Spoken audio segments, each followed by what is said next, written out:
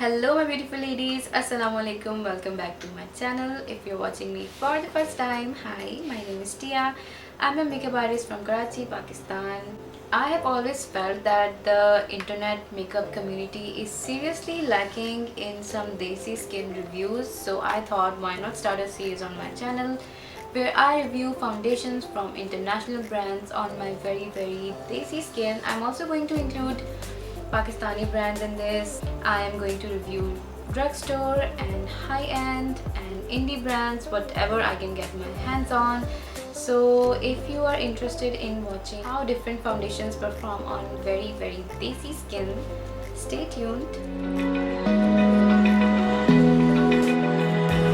So this is going to be my third foundation review video, I think, and I have really wanted to review this foundation for so long because when I was looking to buy this foundation, I could not find enough reviews of it on Desi Skin like mine. And by Desi, I mean South Asian skin. I'm Pakistani and I think Pakistan is in South Asia. So the foundation that we are going to be talking all about today is this one, the Double Wear Foundation by Estee Lauder.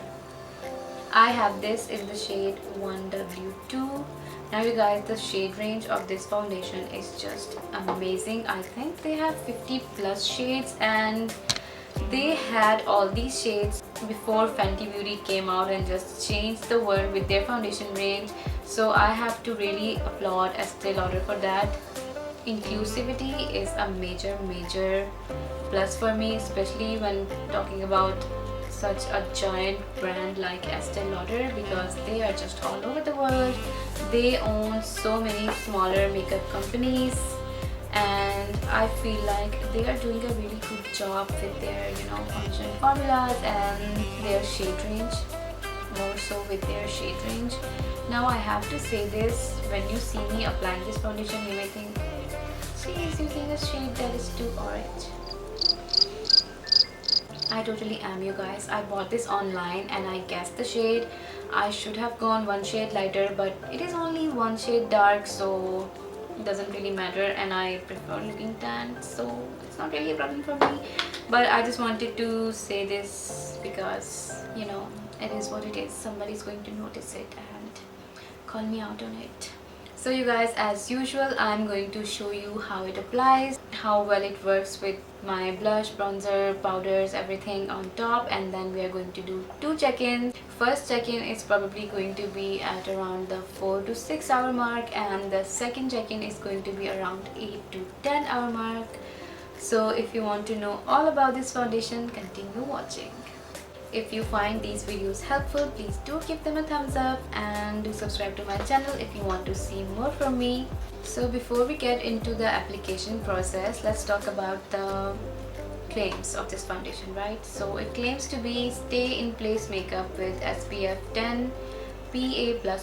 PA++ is like the power of the SPF. It sounds like I'm talking about some superhero and its power.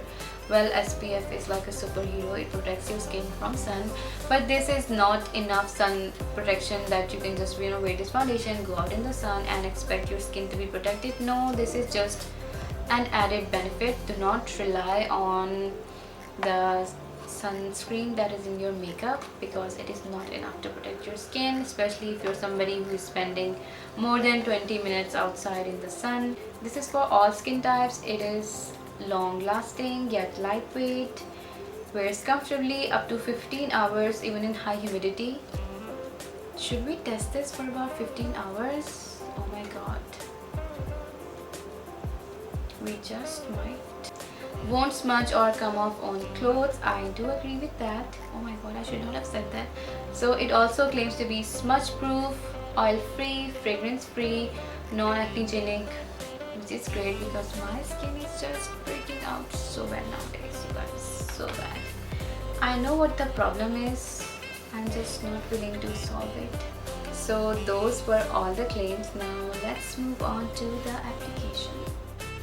This foundation comes in a nice frosted glass bottle, which is one of my favorites, but it does not have a pump, which is just a major con. I hate foundations that do not come with a pump. You can purchase the pump separately, but it is just way too expensive. So I skip the pump and I use it by pouring it on my makeup palette. And I'm applying a very thin layer all over my face. The shade is a little bit dark. We talked about it earlier. Let's just ignore it for now. And this foundation, it blended beautifully. It always blends beautifully. I never apply a primer. I just use my moisturizer and then go in with foundation, and that's what I did today as well. Now I'm applying a second layer of the foundation on areas that need more coverage. It definitely did not give me full coverage in one layer. As you will see now, it does build beautifully, but it never really gets to that really impactful full coverage that you can get with some other foundations. It stays at more of a medium coverage. For concealer, I use Tarte's Shape Tape, which is my all-time favorite, and I just use it to slightly lighten my foundation a little bit as well. And to set my base, I'm taking this powder by Hourglass. There is a reason why I'm taking this powder, because I want to show you something about this foundation, and this powder is going to help me with that. And here I am with my makeup all complete. I went for a very pink and blue look. I'm just feeling pink and blue nowadays. I think I'm just always feeling pink and blue. These are my favorite colors. All the complexion products like blush, contour, highlighter went on beautifully. I did not experience any patches or anywhere that it looks textured at all. It was super easy to blend everything away. What do you guys think of my base right now? Do let me know. It does not look overly dry even on my very flaky acne. It was a very smooth ride. As for the foundation, you guys, as of now it has been almost an hour since I applied the base. I started applying my foundation around 10:20 and it is currently 11:15. So this base has been on my face for about an hour. Let's see how it's doing. I have heard a lot of reviews that say that this foundation feels really heavy, but I have never experienced that at all, and I've been wearing this foundation for about 2 years now. This was one of those OG holy grail foundations that I always wanted to get my hands on, and when I did, I had really high expectations for this foundation, and we are going to see if this foundation really, fulfills those high expectations. So far, I do not see any texture enhancement, any creasing. As you saw while I was blending this foundation, I did not have any issues with blending it at all. It blends beautifully, it layers beautifully. However, it does not give me that, high impact full coverage. It stays at a pretty high medium coverage, I should say. It is more than medium, but it is definitely not full coverage because you can still see a little bit of my acne scars right here. I did not color correct my face today because I wanted to test how much coverage this foundation is going to give me. So I would suggest, if you have pimples, to color correct before you apply this foundation.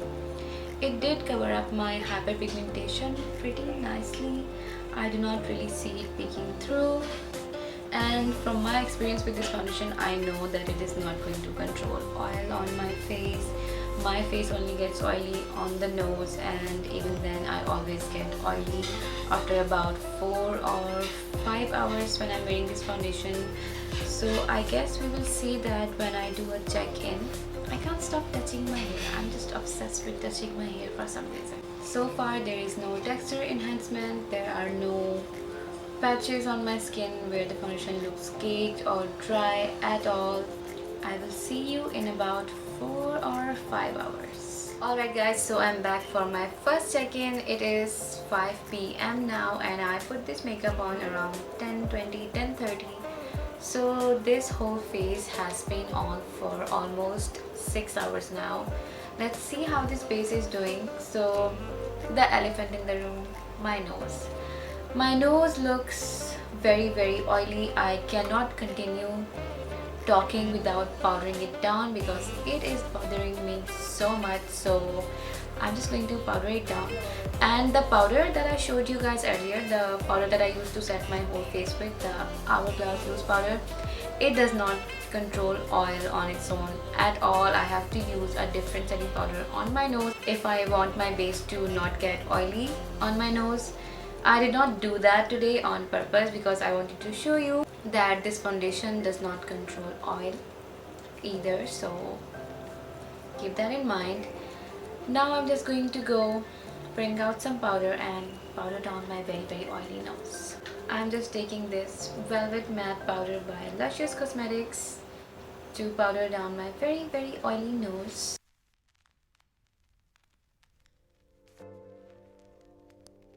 So now that the nose is all powdered down, let me zoom you in. This is the 6-hour mark. Now before I say anything, let me know what you think about this base right now in the comments. Do you think it looks textured or caked? How do you feel about the coverage right now?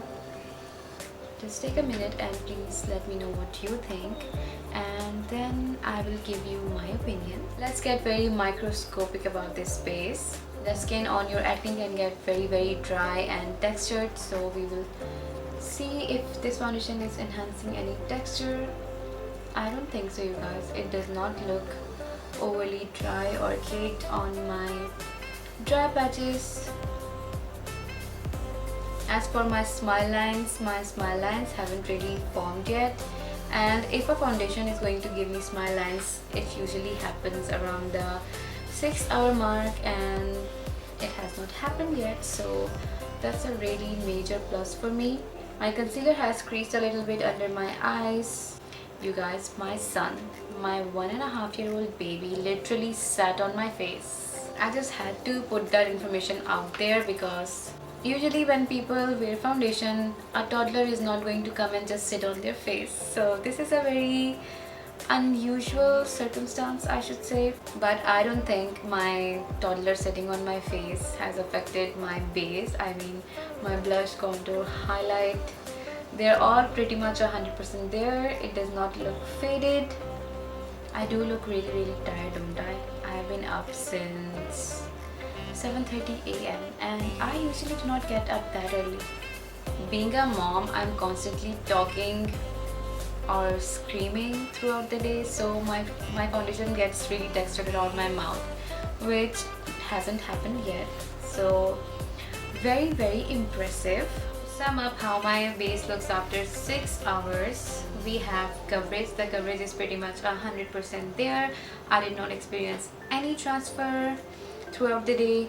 I was sweating, I had a quick nap, I ate obviously, I played with my son. I did not go outside, so this base hasn't really gone through heat or humidity. I was pretty much indoors all day, and that really helps in my makeup staying good, you know, looking good throughout the day.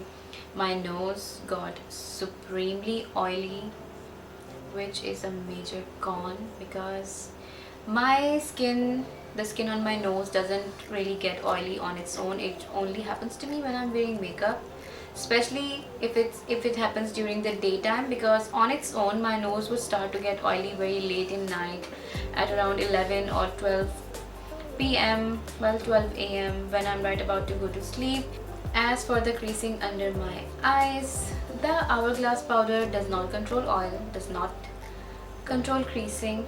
I don't know why it is so expensive. The only advantage of it is, I guess, it looks like skin. It does not look powdery, but I have powders that are way cheaper that do a better job than the Hourglass powder. I only use it because I spent a fortune on it. It is so expensive, so expensive. Do I regret buying it? Oh my god, I think I do. Makes me sad.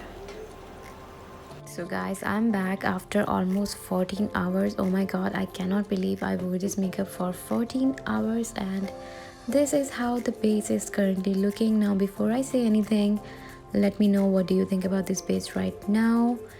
Just take a minute and then I will let you know what I think. So it definitely does not control oil. That claim is false.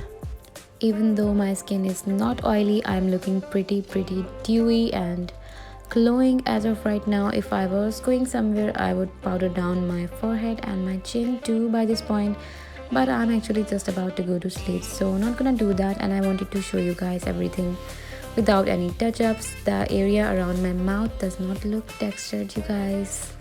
This is one of the major issues for me, and this foundation does not do that. The nose is the oiliest area of my face, most definitely. My blush, bronzer, contour, highlight, everything is pretty much 100% there. Even though I had quite a rough day, if you have been watching this video continuously, you would know.